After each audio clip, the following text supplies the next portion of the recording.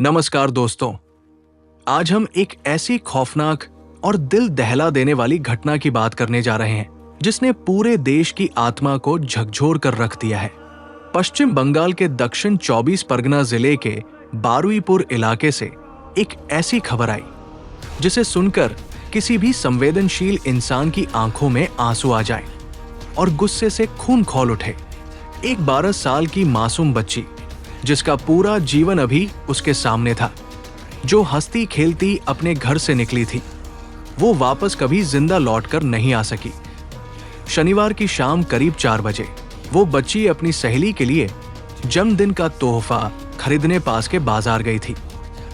परिवार को क्या पता था कि ये उस मासूम की आखिरी विदा होगी। जब देर रात तक वो घर नहीं लौटी तो परेशान परिजनों ने पुलिस में गुमशुदगी की शिकायत दर्ज कराई। लेकिन अगली सुबह यानी रविवार को जो सच सामने आया उसने मानवता को शर्मसार कर दिया।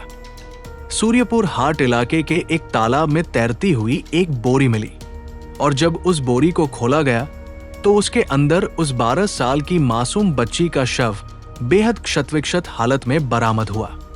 घटना और पुलिस की कार्रवाई। पोस्टमार्टम की शुरुआती रिपोर्ट जो सामने आई है वो इतनी भयानक है कि उसे बयां करना भी मुश्किल है। रिपोर्ट के मुताबिक उस मासूम बच्ची को पानी में फेंकने से पहले बेरमी से प्रताड़ित किया गया था। उसके सिर पर किसी भारी चीज से वार किया गया था और उसके शरीर पर कई जगह गहरे जख्म थे। सबसे ज्यादा झकझोरने वाली बात यह थी कि जब उसे बोरी में बंद करके तालाब में फेंका गया तब वो जीवित थी और उसकी मौत पानी में डूबने की वजह से हुई। इस खौफनाक वारदात के सामने आते ही पूरे बारुईपुर में जनाक्रोश का ज्वालामुखी फट पड़ा। गुस्से से उबलते स्थानीय लोगों ने सड़कों को जाम कर दिया, टायर जलाए, सियालदहनाम खाना रेलवे ट्रैक को ठप कर दिया और पुलिस की गाड़ियों में तोड़फोड़ शुरू कर दी। लोग मांग कर रहे थे कि इस घिनौने अपराध के अपराधियों को तुरंत फांसी दी जाए। इसी बीच भीड़ का गुस्सा इतना बढ़ गया कि उन्होंने एक संदिग्ध युवक इंद्रजीत मंडल को पकड़कर अपनी कस्टडी में ले लिया और उग्र भीड़ ने उसे पीट पीट कर मार डाला, जिसे पुलिस ने बाद में मॉब लिंचिंग का मामला दर्ज किया। स्थिति को काबू में करने के लिए भारी पुलिस बल और केंद्रीय बलों की तैनाती करनी पड़ी और पूरे इलाके में धारा 163 लागू कर दी गई ताकि शांति व्यवस्था बनाई जा सके। पुलिस ने तुरंत मामले की गंभीरता को देखते हुए एक 6 सदस्यीय विशेष जांच दल सेट का गठन किया। इस गैंगरेप और हत्या के मामले में पुलिस ने जाल बिछाया और मोबाइल टावर लोकेशन की मदद से सोमवार दोपहर को बारुईपुर के बाजार इलाके से इस खौफनाक साजिश के मुख्य आरोपी आनंद सरदार को गिरफ्तार कर लिया।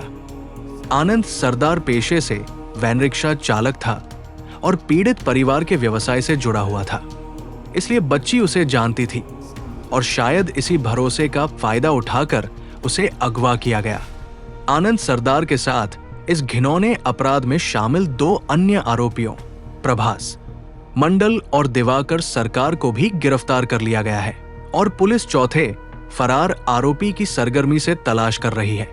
राज्य के मुख्यमंत्री सुवेंद्र अधिकारी ने पीड़ित पिता से बात कर आश्वासन दिया है कि सरकार इन दरिंदों को फांसी की सजा, कैपिटल पनिशमेंट दिलाने के लिए पूरी ताकत लगा देगी।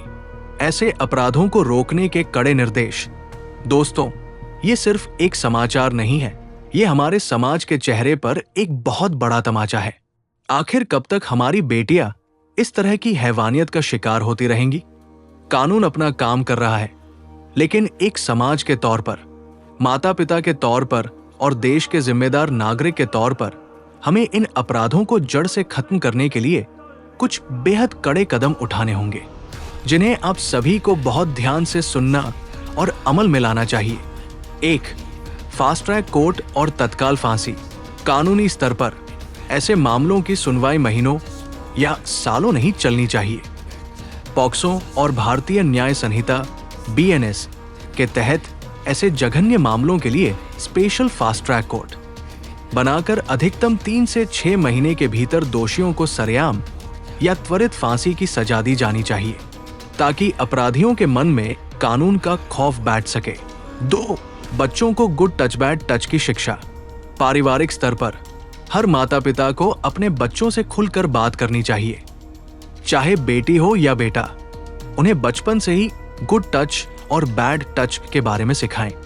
बच्चों को यह भरोसा दिलाएं कि अगर कोई उन्हें असहज महसूस कराता है, चाहे वो कोई करीबी रिश्तेदार या पड़ोसी ही क्यों न हो, तो वे बिना डरे सबसे पहले अपने माता पिता को बताएं। बारुईपुर मामले में भी आरोपी परिचित ही था, इसलिए सतर्कता बेहद जरूरी है। 3. लड़कों की परवरिश और मानसिक बदलाव। सामाजिक स्तर पर हमें सिर्फ बेटियों को सचेत करना बंद करना होगा। असली बदलाव तब आएगा जब हम अपने बेटों को महिलाओं का सम्मान करना सिखाएंगे। समाज में पुरुषों की मानसिकता को बदलना सबसे बड़ी जरूरत है। स्कूलों में नैतिक शिक्षा और जेंडर सेंसिटाइजेशन, लिंग संवेदीकरण की कक्षाएं अनिवार्य होनी चाहिए, ताकि बचपन से ही महिलाओं के प्रति सम्मान की भावना पैदा हो। 4. सीसीटीवी सर्विलांस और स्ट्रीट लाइटिंग। प्रशासनिक स्तर पर सरकार और स्थानीय प्रशासन को हर गली मोहल्ले, हाट और बाजारों में व्यापक सीसीटीवी कैमरे लगाने चाहिए। जिन रास्तों या सुनसान इलाकों में अंधेरा रहता है, वहां उचित लाइटिंग की व्यवस्था हो और पुलिस की पेट्रोलिंग गश्त को 24 घंटे सक्रिय रखा जाए, ताकि अपराधी किसी अकेली बच्ची या महिला को निशाना बनाने की हिम्मत न कर सके। 5. मूक दर्शक न बने, तुरंत कदम उठाएं। नागरिक स्तर पर एक समाज के रूप में हमारी चुप्पी सबसे बड़ा अपराध है। अगर आप अपने आसपास किसी भी महिला या बच्चे के साथ बदसलूकी, पीछा करना, स्टॉकिंग या कोई संदिग्ध गतिविधि देखते हैं, तो मूक दर्शक बनकर तमाशा न देखें या वीडियो न बनाएं। तुरंत आवाज उठाएं।